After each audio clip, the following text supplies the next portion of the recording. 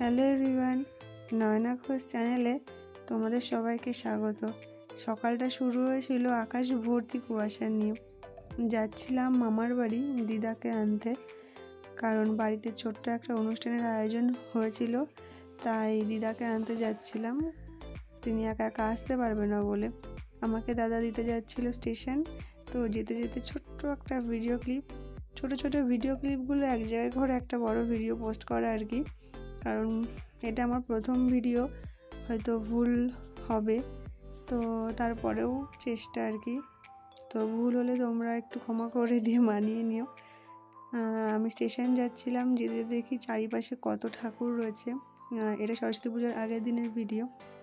তারপর ট্রেনে উঠে পড়ি এবং খিদে পেয়ে গেছিলো বলে একটু খাবার কিনে খেয়ে নিয়েছিলাম। যেতে যেতে একটা ছোট্ট বোনের সাথে দেখা হয়েছিল, ওর নাম রিয়া। তো ওর সাথে কথা বলে ওকে ট্রেনে তুলে দিয়ে আমি আবার আমার মতন ট্রেনে উঠে গেছিলাম। আমি যাচ্ছিলাম ব্যান্ডেল টু চন্দননগর। তো যেতে যেতে ছোট্ট ক্লিপ নেওয়া আর কি। এটা হচ্ছে গঙ্গা নদী, আশা করি অনেকেই চেনে।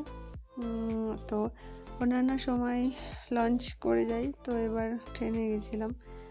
ট্রেন থেকে নেমে টোটোয় উঠে গেছি।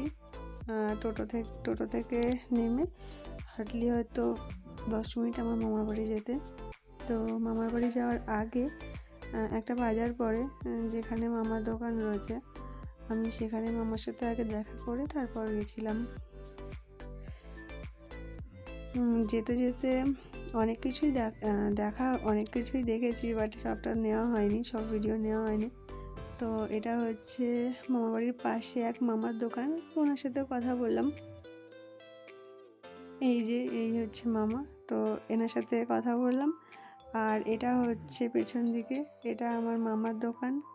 দোকানে তখন অনেক ভিড় ছিল বলে আমি ভিডিওটা অফ করে দিই, পরে একটু ফাঁকা হলে ভিডিওটা নিই। আর এটা হচ্ছে আমার ছোট দাদা, আর মামা দোকানে বসে রয়েছে। মামার সাথে কথা বলে বেরিয়ে পড়ি। অনেকেই আদিমায়ের কথা শুনেছে চন্দননগরে, তো ওই যে মন্দির দেখিয়ে দিলাম। আদিমায়ের দর্শন করে গঙ্গার পাড় দিয়ে হেঁটে যাচ্ছি মামার বাড়ি। যাওয়ার অনেক রাস্তা রয়েছে, বাট আমি ঘুরে যেতে ভালোবাসি, এদিক ওদিক দিয়ে আর কি ঘুরে ঘুরে গেছি। আর এই যে চলে এসছে ফাইনালি মামার বাড়ি। খুব তাড়াতাড়ি চলে এসেছি, যতটা সকাল সকাল বেরিয়েছিলাম ততটাই সকাল সকাল চলে এসেছি, কারণ দিদাকে সাথে সাথে নিয়ে আমি আবার বেরিয়ে যাব, বাড়ি ফিরব। তো এই যে আমি চলে এসেছি মামার বাড়ি। এই যে আমার এন্ট্রি। আমি দিদাকে বলে রেখেছিলাম যে রেডি হয়ে থাকতে, আমি যাব, গিয়ে নিয়ে চলে আসবো, হয়তো আধ ঘন্টার মতন দেখা করব, করে চলে আসবো।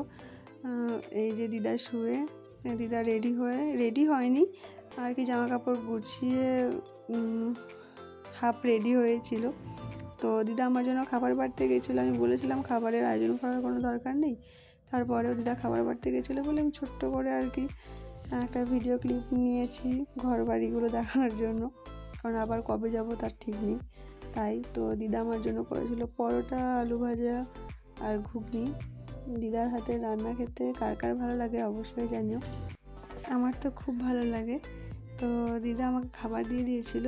আজকের ভিডিওটা আমি এখানেই শেষ করছি, তোমরা অবশ্যই জানিও, আর ভুল ত্রুটি হলে ক্ষমা করে দিও। Tata, bye bye.